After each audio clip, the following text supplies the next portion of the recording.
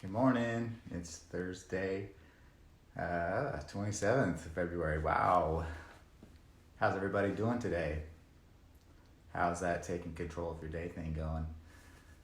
So, for me, I'm pretty determined today not to get stuck in a rut. I listen to all kinds of stuff, and when I'm at the gym, I listen to something that I don't listen to music, don't look at my phone. And that's kind of what I come on here and advocate is that take control of your day by getting up and living intentionally, getting up on that first snooze alarm, 5, 4, 3, 2, 1. I remember fighting with myself in my head this morning over that, but I still did it.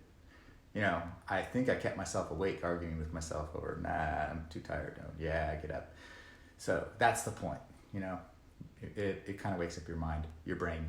So it's not too difficult to come up with things that I'm grateful for, but make sure and I do that. But also too, you know, I went to bed with a little bit of worry and concern, and I actually consciously started doing affirmations that things are great, things are going to work out, this will end. And I woke up with a determination, which was, hopefully that's what, you know, I keep saying that works, because I did, because I'm determined. In fact, I'm coming on here earlier today because I have a full day.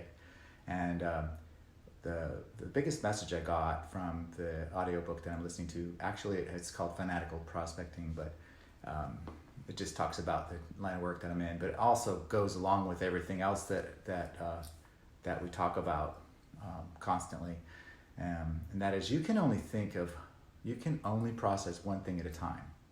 Most people that are in any sort of sales industry or business or influential occupation or whatever it is that you do that helps other people, we tend to think we can do everything at the same time.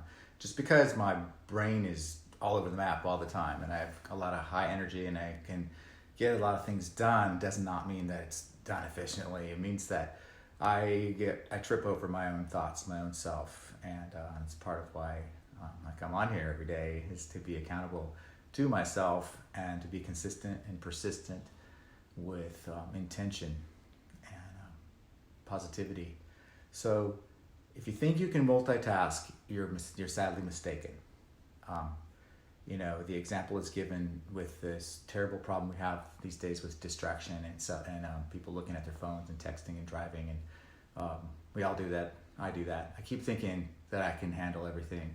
I can do things at the same time, but it's always the best idea to focus on one thing at a time. That's why it's extremely important, like I'm always saying, to list out the things that you need to get done that day. Tackle the first things first. Also, do some sort of a method where you time yourself. You time block your day. So you give yourself so much time to do something. We'll actually set a timer. I have a good friend, and hopefully she's watching this, that we help each other out. We set the timer. Did you set your timer today? That's what we always say. Yeah, if you set your timer, get off of here and go set your timer. You know, it's called the Pomodoro method, where you do 25 minutes of focus on one thing only. Turn your phone off if you have to. Understand that that's normal. You know, we want to pay attention to, somebody's trying to contact me. I better go pay attention to that. How about the phone ringing? Isn't it amazing how, I don't know if you grew up this way, but I did. We didn't have call waiting, caller ID. That's how old I am. We had the big long, like Ellen says on her show, we had that big long, cord that would clear off tables.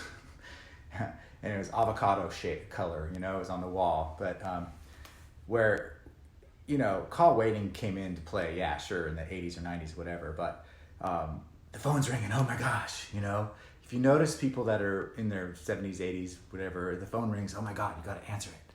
It's urgent. No, it's not. We live in a totally different age right now. We have voicemail, we have texting.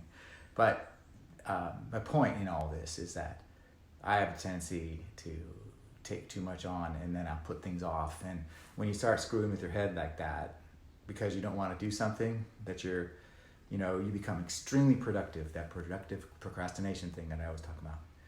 And so you end up getting nothing done, or little done, or you become so frustrated and you want to blame, oh, I don't have time for this because of this and this and this. But if you merely block out your time and really, really dedicate yourself to focusing on the one thing at a time, you're going to get all those things done if you do it properly.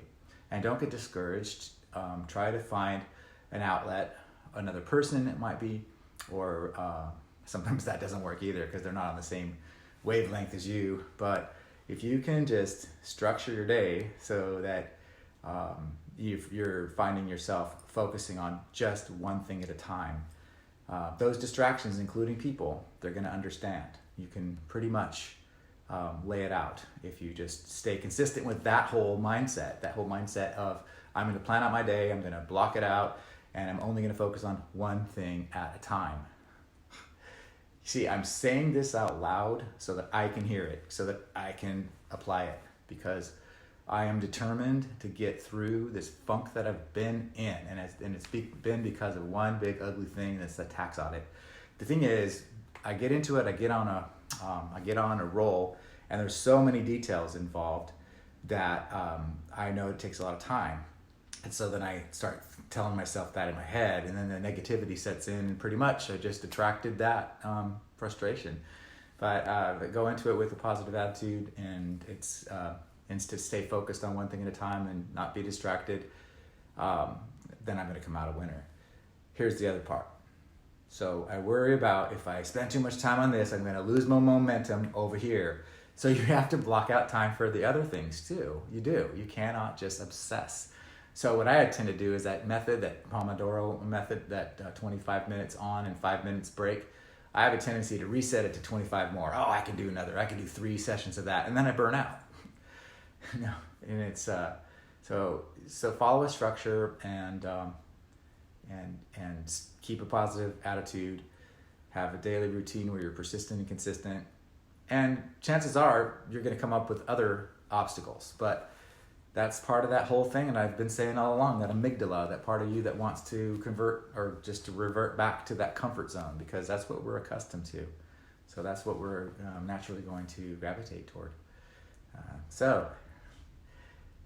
Just wanted to come on here like I usually do and wish you well with taking control of your day, keeping a positive attitude, keeping that list of what you're grateful for really important, because when stuff gets bad, you gotta think about the things that you're grateful for, and then make that list and take care of the most difficult things first. Coming on here is not my most difficult thing, but I do have a schedule of events today, and so I want to make sure and get this done because I always feel much better, and hopefully I've helped somebody else that can relate, and I haven't bored you to death, but it's definitely something that you can put into your day to keep a structure and keep positive. So let's see who's on here. Hi Debbie. Hey Heather. I miss you. Yeah. So yeah, we need to catch up. So anyway, make it a great day and make sure and do something kind for somebody else, including yourself. And we'll talk to you again soon. Okay, take care.